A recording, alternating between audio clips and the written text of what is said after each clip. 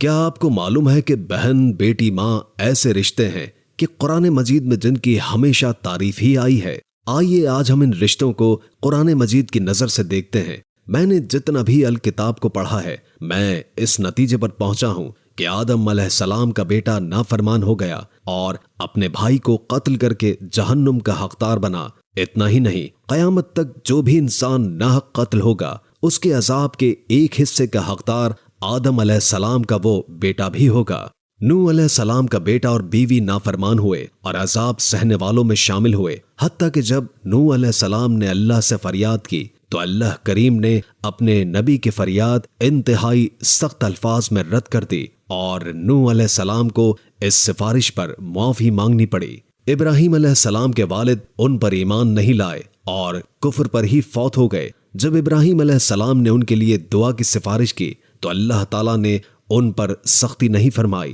بلکہ جب ابراہیم علیہ السلام نے دیکھا کہ ان کے والد اعلانیہ کفار کے باطل عقیدے پر قائم ہو گئے ہیں تو خود ہی ان سے بیزاری کا اعلان فرما دیا۔ آج بھی جب ہم نماز کے آخر میں ابراہیم علیہ السلام کی وہی دعا پڑھتے ہیں جس میں انہوں نے اپنے وعدے کے مطابق اپنے والدین کے لیے دعا فرمائی تھی۔ لوط علیہ السلام کی بیوی کفار میں شامل ہوئی اور مغصوب ٹھہری۔ یوسف علیہ السلام کے بھائیوں نے انہیں کنویں میں پھینکا اور چند پیسوں کے عوض اپنے بھائی کو بیچ دیا۔ لیکن دو ہستیوں کو میں نے مکمل قرآن میں انبیاء کرام کی کبھی بھی نافرمانی کرتے نہ پڑھا نہ دیکھا، بلکہ ان کی تعریف ہی کی گئی۔ پہلی ہستی انبیاء کرام کی امہات یعنی مائیں، دوسری ہستی انبیاء کرام کی بیٹیاں۔ میرے علم کے مطابق قرآن میں 3 انبیاء کرام کی امہات یعنی والدہ گرامی کا تذکرہ ہے۔ حضرت ہاجرہ سلام اللہ علیہا جو حضرت اسماعیل علیہ السلام کی والدہ ہیں، ان کی اپنے بیٹے کے لیے پریشانی اور بھاگ دوڑ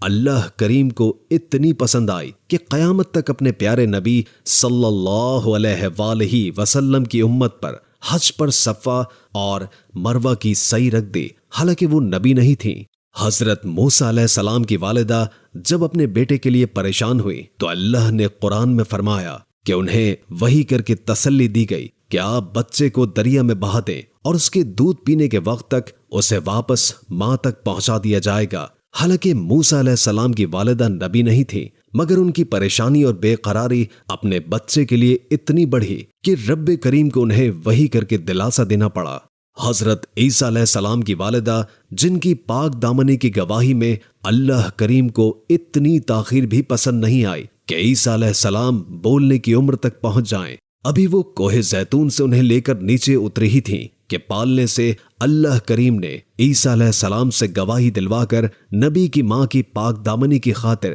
نظام قدرت کو تبدیل فرما دیا اور مریم علیہ السلام سے جبریل امین ملے تاکہ انہیں اولاد کی خوشخبری دیں، جبکہ حضرت مریم سلام اللہ علیہا بھی نبی نہیں تھیں۔ انبیاء کرام کی امہات کا پاک دامن ہونا اور اس قدر ہونا کہ فرشتے ان سے بات کریں بتاتا ہے کہ انہوں نے انبیاء کرام کو پیدا کرنا ہے۔ لیکن کسی بھی نبی کی بیٹیاں کبھی بھی کسی نبی کے خلاف نہیں رہیں، کیونکہ بیٹیوں میں قدرت نے باپ کے لیے ایک آسودگی اور اطاعت و محبت کا قدرتی جذبہ رکھا ہے، اور یہی جذبہ ایک بہن کا بھائی کے لیے ہوتا ہے۔ اسی طرح قرآن مجید نے 3 ہی بیٹیوں کا ذکر کیا ہے۔ پہلی حضرت لوط علیہ السلام کی پاک دامن بیٹیاں جو آخر میں صرف لوط علیہ السلام کے ہمراہ اس مغصوب زمین سے نکلیں اور ان کی پاک دامنی کی تعریف قرآن نے فرمائی۔ دوسری حضرت شعیب علیہ السلام کی بیٹیاں جو کنویں میں پانی بھرنے آئی تھیں اور موسیٰ علیہ السلام نے ان کی مدد فرمائی۔